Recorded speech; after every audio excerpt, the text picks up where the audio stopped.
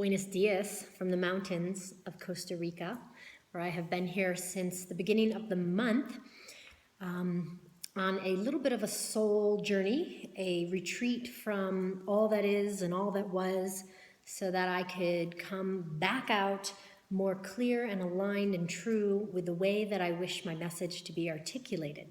So you haven't really seen many videos from me, and if you've been following this newsletter at all, you'll know that a little something happened at my Fun, Fabulous, and Feminine event that had me realize I was building my business from a place that felt inauthentic and untrue to the truth of who I am and how I want to live my life, my dreams, and my desires. So this video is for any woman out there that feels that you have sacrificed yourself or self-abandoned any part of you in the process of seeking, creating, and building a dream. If that's you, listen up. Hi there, I'm Sierra Sullivan, and there's been a little bit of a trend, maybe a lot bit of a trend, in many conversations I've been having with colleagues, friends, and clients of mine, especially those of us in the entrepreneurial or career-focused track of our lives, and that is a high level of burnout, a high level of, as I just mentioned, self-abandon and self-sacrifice in which to get what we most desire and deserve.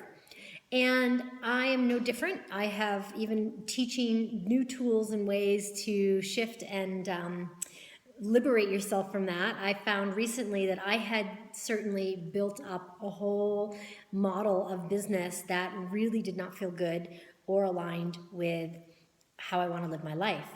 So I wanted to share with you a little story that I'd love for you to read. I'm going to include it in this post below, a PDF download.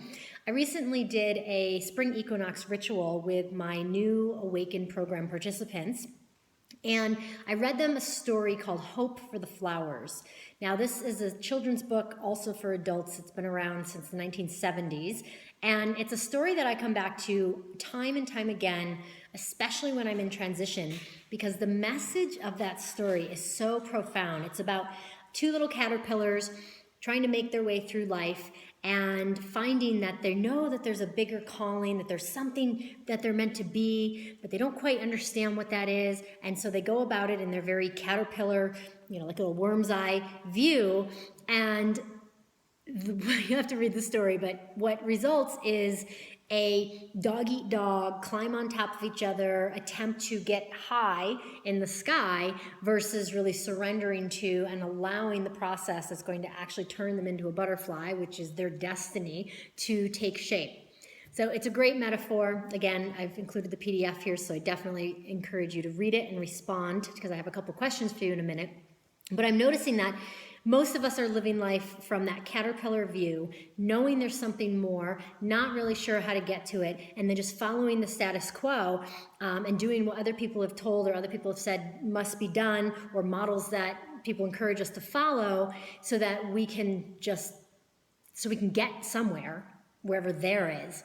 And instead of really trusting that there is a more aligned, easier way, we follow the masses, we follow the models, and we trick ourselves into thinking that that's going to help us get success. And what happens is we actually deny our deeper truth, self-abandon for the sake of somebody else's knowledge, and then end up in what the book refers to is a caterpillar pillar, a dog-eat-dog, a fight to survive, a climb, climb, climb, work, work, work, do, do, do kind of energy.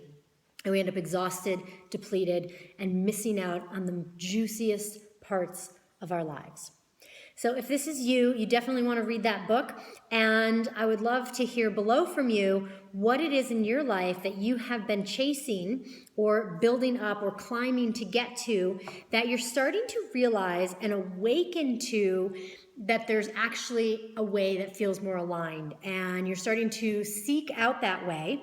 And maybe you have a sense of what that way is, and if you do, please do share below in the comments, that doesn't really fit the status quo. It doesn't really fit what you've been told.